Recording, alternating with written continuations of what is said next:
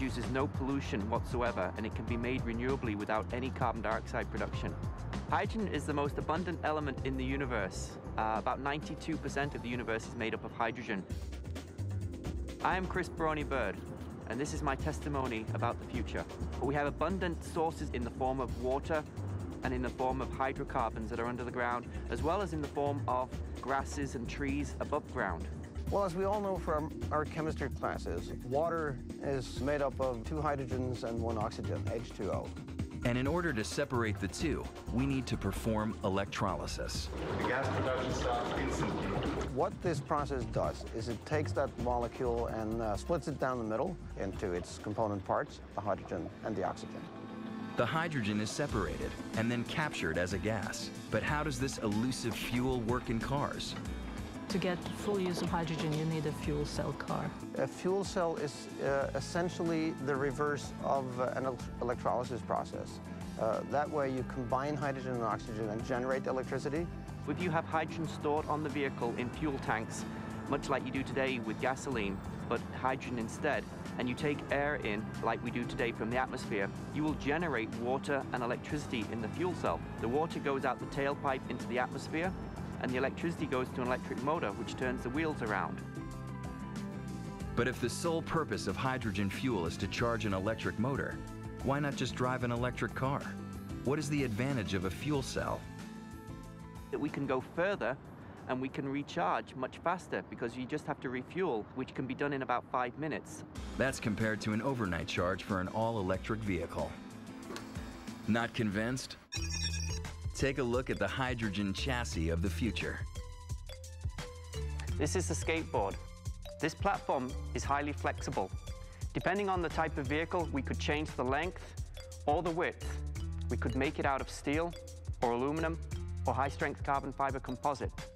It's all housed inside here. Hydrogen tanks, fuel cell reverse electrolysis system, and 4 independent wheel motors. The fuel cell generates electricity directly, unlike an internal combustion engine. And that electricity allows us to electrify other vehicle systems, like the brakes and the steering. So the hydrogen-powered platform is a self-sustaining power plant for your car. But believe it or not, your future hydrogen car will also power your home. The fuel cell generates excess power that you can sell back to the grid. Most of the time, your car is parked. In fact, we only use our car about 10% of the time. This gives us an opportunity to actually use our car to create energy that can be integrated into our utility grid. I'm Larry Burns, Vice President of Research and Development and Strategic Planning for General Motors. So this ability to use your car to create power really changes the role of the automobile from being simply a form of transportation to now being a mobile power platform. So thanks to the hydrogen charge, while your car is parked, it can actually provide electricity to your home. Sold? Oh, right. There's that one thing.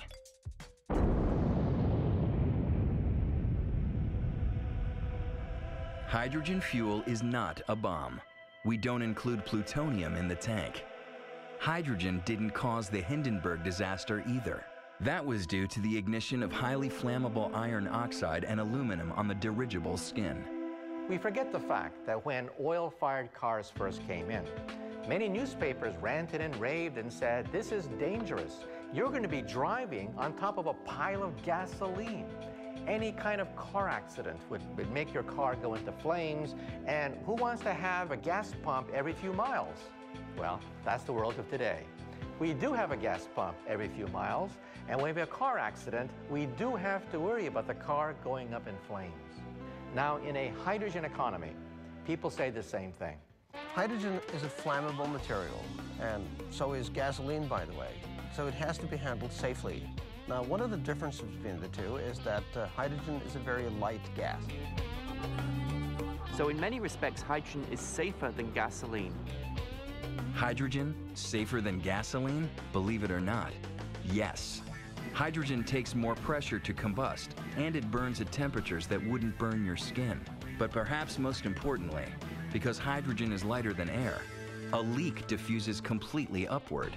Gasoline spreads on the ground, creating more ignitable area. Still, as with gasoline, storing this volatile fuel is a top priority. The tanks that store hydrogen are extremely strong and robust, even more so than gasoline.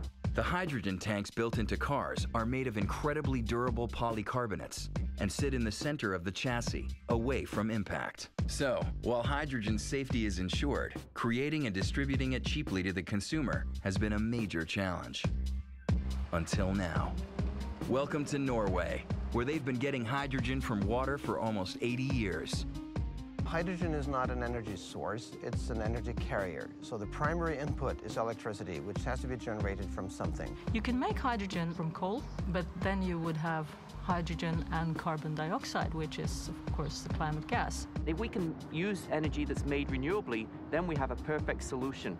At Hydro, we developed our own electrolysis process back in the 1920s, based on what is known as alkaline electrolysis.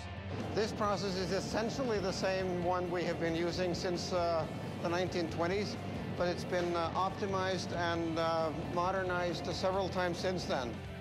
We take electricity from the grid, but where we have made sure that the electricity we buy is actually from renewable electricity. We put electrodes into water and hydrogen comes out. We put them on the car and the only emissions are water vapor. Now, wouldn't it be nice if that hydrogen could be made right where you fuel up, rather than expending more energy to cart it around? Well, the Norwegians have an answer for that as well. What happens here is top secret. And then, fill her up with the most powerful source in the universe, the sun.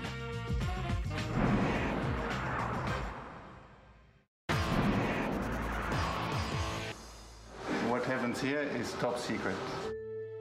Right now, most of Norway's hydrogen is produced in massive factories, with huge vats of water, special electrodes, and sophisticated systems of storing hydrogen gas. The Hydro team has created an electrolysis machine to produce hydrogen locally, right at their pumps, which eventually means wherever you need hydrogen, you make hydrogen. At your fueling station, where the hydrogen will be produced on-site, that will require smaller manufacturing machines or generators of hydrogen. For the time being, our smallest electrolyzer is about the size of an American fridge. The water comes in, it will be regular drinking quality tap water. Then the purification takes place inside the cabinet, then it's put inside the PEM cell, because there you need ultra-high purity water. Then the water is split into hydrogen and oxygen. And the hydrogen gas goes directly into your car. It's almost as simple as watering flowers. So, hydrogen may be the fuel of the future, but it feels as if we've been idling too long on the entrance ramp, wondering, will they ever build the road? Once again, the Norwegians have done it. It's called Hynor, the Hydrogen Highway of Norway. A project intended to create both cars and infrastructure for a hydrogen society. To address the chicken and egg problem of not having the fueling station, hence not having the vehicles. And if it succeeds there, you may be driving not on I-95, but on H-95, as in hydrogen.